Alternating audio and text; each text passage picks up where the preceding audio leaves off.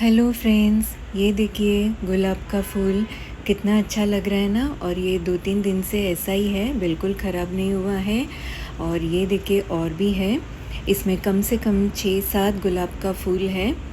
अभी दिन के 12:30 बजे हैं और बहुत धूप हो रही है, तो मैंने सोचा आपको ज़रा सा ये आप लोगों के साथ ये गुलाब का फूल जो खिला है वो शेयर करूं।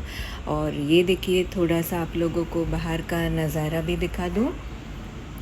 ये देखिए बहुत ज़्यादा धूप हो रही है। Okay friends, bye bye, have a good day.